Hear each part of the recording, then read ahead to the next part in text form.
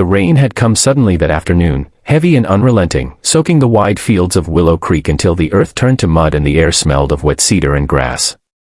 Sheriff Clara Dawson tightened her hat and squinted through the curtain of rain as she drove down the winding road that led to her old family ranch. It had been a long day, lost cattle, a broken fence, and a lightning storm rolling in over the mountains. But nothing could have prepared her for what she found slumped against the porch of her home, a man, bleeding, shirt torn, eyes barely open. She slammed the truck door and ran to him, her boots splashing through puddles. His chest rose and fell in shallow breaths, his face pale beneath the shadow of his wet hair. He looked strong, muscles tight beneath a flannel shirt now soaked in blood, but fragile, like a wild animal caught between fight and surrender. "Oh my God," she whispered, kneeling beside him. "Hey, stay with me. Can you hear me?" His eyes flickered open. Blue, deep and stormy like the sky right before thunder. "Don't call the sheriff," he muttered, voice rough as gravel. Clara froze. She was the sheriff. "Too late for that," she said quietly, pressing her hand against the wound in his side. "You're bleeding bad. You're lucky I got home when I did." He winced, trying to push her hand away, but the strength faded from his arm. "Just need a minute. Don't take me to a hospital." "Hospital's 20 miles out," Clara said, scanning him. "You won't make it 10 without stitches." "What happened?" "Got jumped," he whispered. "Bad deal. Wrong people." That was all he said before he lost consciousness. Clara worked fast. She dragged him inside, laid him on the couch, and tore open a first aid kit she hadn't used in years. The rain hammered the windows as she cleaned his wound, muttering under her breath. "You're either the unluckiest man in the county or the dumbest." Hours passed. The fire crackled, rain softened to a whisper, and the stranger's breathing grew steadier. Clara sat back, exhausted, staring at the stranger stretched out on her couch. Who was he? A ranch hand? A drifter? Something about his hands didn't fit, rough from work, but his nails were clean, his belt expensive, his watch gold but understated. She told herself not to care. But she did. By morning, the storm had passed, and sunlight streamed through the curtains. Clara poured herself coffee and nearly dropped the mug when she saw him standing in the doorway, shirtless, bandaged, looking a little unsteady but alive. "You should be in bed," she said, setting the mug down. "Couldn't sleep."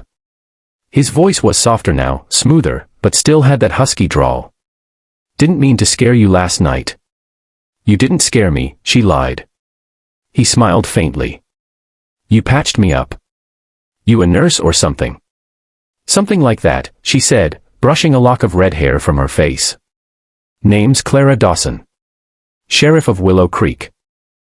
He chuckled weakly. "Guess I picked the wrong porch to die on." "Guess you did," she said, hiding her smile. "What's your name?" He hesitated. "Luke." "Luke what?" "Just Luke." Clara raised an eyebrow but let it go. She'd seen enough men running from something to know when not to push. Days turned into a quiet rhythm. Luke stayed at the ranch, too weak to travel. Clara cooked, cleaned, and checked his bandages. He tried to help, chopping wood, feeding the horses, but mostly he talked little and watched her a lot. There was something gentle about the way he looked at her, like she was sunlight and he'd been lost in the dark too long. One evening, she found him out on the porch, shirt open, sunset washing his skin in gold. "You're healing fast," she said, stepping beside him. "Had a good nurse," he replied. For a long moment, neither spoke. The wind rustled through the grass. Somewhere, a coyote called. "Why don't you want to go to the hospital, Luke?" she asked quietly. He stared at the horizon. "Hospitals make me feel trapped." "That's not much of an answer." "It's the only one I've got." She turned to leave, but he caught her hand, his touch warm and trembling. "Thank you," he said, voice barely above a whisper. "For saving my life." Something in her chest tightened. "Don't thank me yet. You're not out of the woods." "I meant more than that," he said, eyes meeting hers. "You didn't just save me, you reminded me what it feels like to be human again." The days that followed were softer. Luke began to laugh more, help around the ranch, and tell stories, some real, some clearly made up. Clara found herself waiting for his voice, for that rare smile that made her forget the badge on her belt and the weight on her shoulders. One morning, they rode into town together. People stared. Luke drew a few curious glances, but no one recognized him. At least, not yet. They stopped by the diner, the kind of place that smelled like coffee and fried bacon. Clara waved to the waitress, who winked. "Finally bringin' a man around, Sheriff." "Don't start, Mary," Clara said, rolling her eyes. Luke smiled. "Guess I should feel honored." "Don't get ahead of yourself," she said, but her cheeks burned. Later that night, under a sky scattered with stars, Luke told her something that made her heart stop.